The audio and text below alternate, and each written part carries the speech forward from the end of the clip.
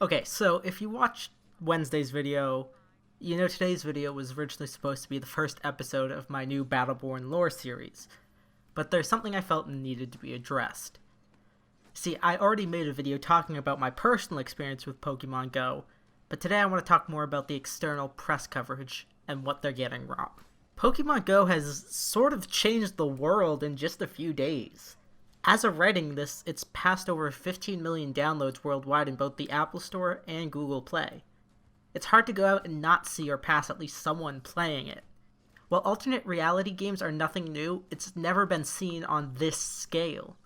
Literally millions of people are simultaneously engaged in the same digital reality. However, unlike a traditional game or MMO, the game requires players to get out and move around. There have been countless stories about the good done by Pokemon GO. People making new friends, getting out to get much needed exercise, or even apparently getting laid. Who would have guessed? Pokemon GO obviously isn't a perfect game or even a really great one, but its premise is an awesome and compelling one.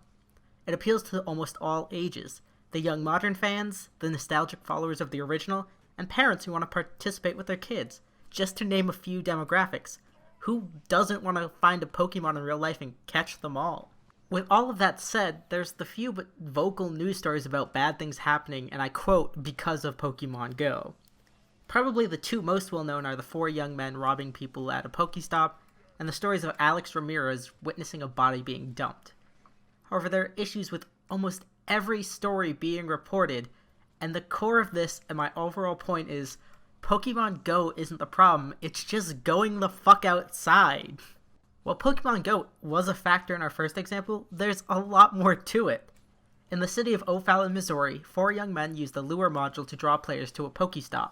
They were then using a handgun, singular, to rob players. Sounds fucked up, but then you have to take into account that this was happening at 2 a.m. in a secluded area in a city. If you're that fucking stupid as to go to a secluded area of a city at that time of night, Pokemon isn't the issue. As for the case of Alex Ramirez, an Uber driver who streamed Pokemon GO in between rides was streaming himself at about 1:45 in the morning. In the video uploaded of the stream, he's by a church for its Pokestop when he claims to witness a man dumping a body. Another case of being at the wrong place at the wrong time. Who's that stupid to go behind a church in Beaumont, Texas, which I might add has one of the highest murder rates in all of Texas, at 2 a.m.? Beyond that, I'm fairly certain this was faked. Who yells, "Wow, a murderer!" when in plain sight of an actual murderer? No one else can be heard on the other side of the phone call to the police, and the police themselves in the area reported no such incident and have claimed it's a hoax. Or there's the case of Shayla Wiggins, who found a dead body out by a river while seeking out water-type Pokemon. She is quoted as saying, "I probably would have never went down there if it weren't for the game," which some are using as, "Pokemon danger made her find a body." But if you actually apply some context to the interview where she states she plans to continue playing, and even express that she didn't find the Pokemon, it seems it just meant she wouldn't have gone out there if not for the game. It's not Pokemon GO that's leading her to danger, it's just helping her get out. As with any new trend, particularly with technology, people want to call it out as the devil. Once again, I'm not saying it's the perfect game. Honestly, I think the game's impact is infinitely better than the game itself. It's buggy, the servers are absolute shit, and the lack of Pokemon spawns brings it down a tiny bit. But there's no doubt whatsoever that the game has changed the world, and with patches and improvements on the way, it has unheard of potential. So to all news media, stop confusing going outside with Pokemon GO trying to hunt down and kill your children. Be smart regardless of a game, and don't head down city alleys at 3 in the morning. Don't wait into traffic for any reason. Don't head to secluded dark areas alone. Makes sense, right? And above all, stop mistaking being outside for a game murdering or endangering children, teenagers, and adults who likely would not get out if not for it.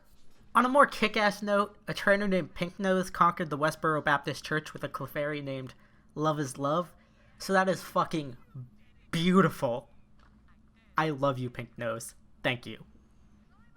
Marry me. Thank you so much for watching, and hopefully I won't have to make another video about this.